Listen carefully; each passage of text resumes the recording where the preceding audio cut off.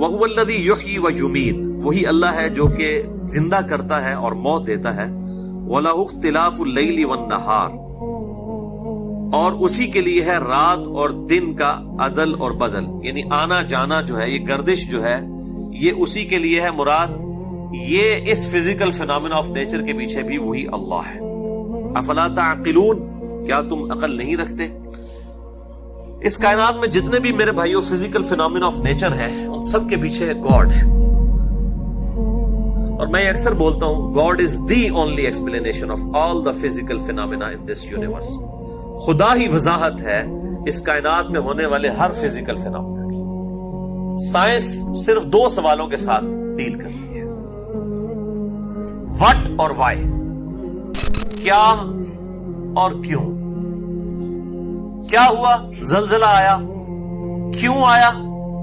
Tectonic plates کے disturbance کی وجہ سے. لیکن تیسرا سوال بڑا خطرناک ہے، ہاؤ، یہ کیسے ہو گیا؟ تو سائنس کہتی ہے it is physical phenomena of nature. وہ کہتے ہیں ہمارا سوال ہی نہیں ہے، یہ ایسا ہی ہوا کرتا ہے. اسی میں تو قیامت چھپی ہے کہ یہ ایسا ہی کیوں ہوا کرتا ہے. یہ ٹیکٹونک پلیٹس کو ہلنے کا آرڈر کیسے ہوتا ہے؟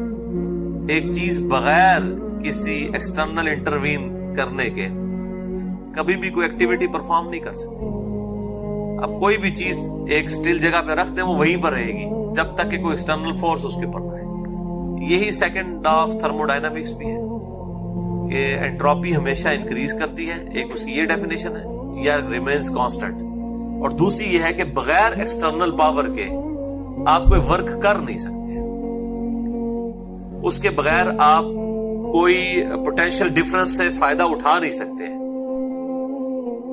اگر آپ کہیں کہ جی زمین سے آپ نے 30ویں منزل کے اوپر پانی چڑھانا ہے تو یہ بغیر فورس کے پاسبل نہیں ہے جب تک ایکسٹرنل ورک نہ کیا جائے. ہاں 30ویں منزل پہ جو چڑھی ہوئی چیز ہے وہ نیچے آ جائے گی انڈر گریوٹی، لیکن 30ویں منزل پہ جب چیز چڑھی ہوئی ہوگی تو یہ ماننا پڑے گا کسی کے چڑھانے سے چڑھی ہے، یہ نہیں کہہ سکتے کہ خود بخود ہی چڑھ گئی ہے. تو وہ جو ایکسٹرنل ورک ہے، ٹیکٹونک پلیٹس کی ڈسٹربنس ہو یا کوئی اور چیزیں ہوں، انہی کے پیچھے تو خدا ہے. ہر چیز کی ایکسپلینیشن خدا ہے. کسی کو بھی آپ ڈیپ ڈگ کرنا شروع کر دیں تو کریٹر تک آپ پہنچ جائیں گے. تو اللہ تعالیٰ ہمارا یہ زندہ کرنا، موت دینا، رات اور دن کا عدل بدل، یعنی اس کے اوپر کوئی ہمارا اختیار ہے؟ ہم تو ابھی تک کیلکولیشن ہی کر رہے ہیں کہ جناب اتنے گھنٹے کا دن ہے اور اتنے گھنٹے کی رات. اس کے اوپر اختیار کا تو آج تک کسی نے سوچا نہیں کہ اس کے اوپر کوئی اختیار بھی کیا جا سکتا ہے. زندہ اور مردہ کرنے کے اوپر نیور. اور یہ موت اتنی بڑی حقیقت اللہ تعالیٰ نے انسان کے ساتھ اٹیچ کر دی ہے کہ اس حقیقت کی وجہ سے خدا انسان کی ضرورت بن گیا. واللہ 3 چیزیں ہونا تو خدا ہماری ضرورت نہیں ہے.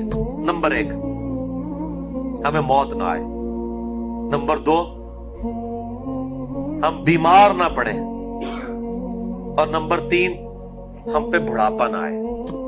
ایک جیسی فٹ قسم کی زندگی گزرے، موت نہ آئے، بیماری نہ آئے، بڑھاپا نہ آئے.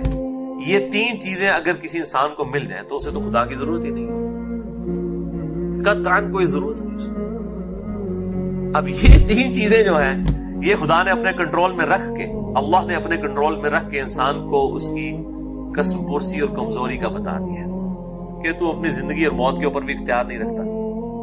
کتنا عرصہ تو زندہ رہ سکتا ہے؟ بیماری بھی آئے گی اور وقت کے ساتھ ساتھ بڑھاپا آئے گا اور آپ کے اختیار میں نہیں ہوگا کہ میں اپنے یہ بال جو سفید ہونے شروع ہیں ان کو میں سفید ہونے سے روک لوں، رنگ کالا کر لوں گا، پھر تھوڑے دنوں کے بعد بال نکل آئیں گے.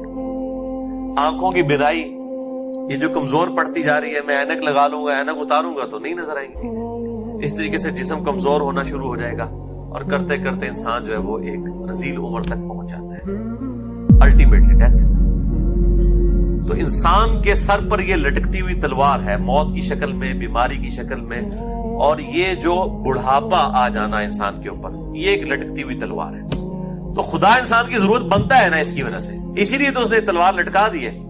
اور موت اتنی بڑی حقیقت ہے کہ اس کا انکار کوئی ایتھیسٹ بھی نہیں کرتا، کوئی منکرین خدا میں سے بھی نہیں کوئی کرتا.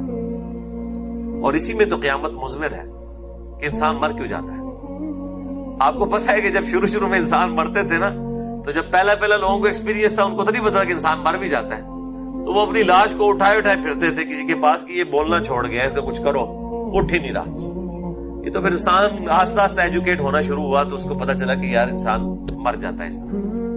تو یہ انسان کے ساتھ بہت بڑی کمزوری اٹیچ ہے موت کی شکل. تو اس کی وجہ سے انسان کی ضرورت ہے خدا، کہ انسان کو موت آ جاتی ہے، بیماری آ جاتی ہے، بڑھاپا آ جاتا ہے، کمزوری آ جاتی ہے. یہ 3 چیزیں نکال دے تو ہر بندہ بدماش ہے، اس کو پھر کسی کی ضرورت ہی نہیں ہے.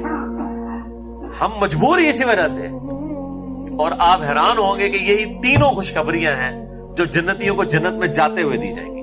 سنیں، صحیح مسلم میں کتاب الجنہ چیپٹر میں حدیث ہے کہ جب جنتی جنت میں پہنچ جائیں گی تو اللہ تعالیٰ کی طرف سے ایک فرشتہ ندا کرے گا کہ جنتیوں تمہیں مبارک ہو، آج کے بعد تمہیں کبھی موت نہیں آئے گی. نمبر 1.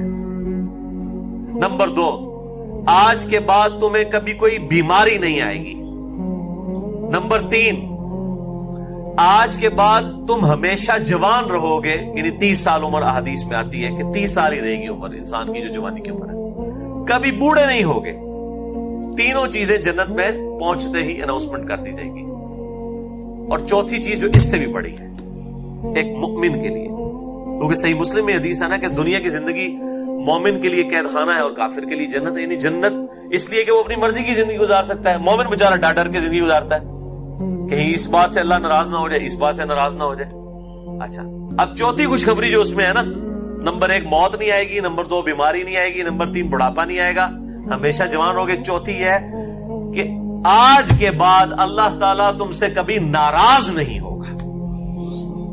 یعنی دنیا میں سب سے بڑی ٹینشن یہی ہے نا، مراد کیا کہ جو مرضی کرو، جنت میں جو بھی کرو گے نا وہ حلال ہی ہوگا. یہ جو شریعت کی پابندی ہے نا وہ یہاں پر ہے. وہاں پر اللہ تعالیٰ نے انسان کو کھلی چھٹی دی ہوئی ہے.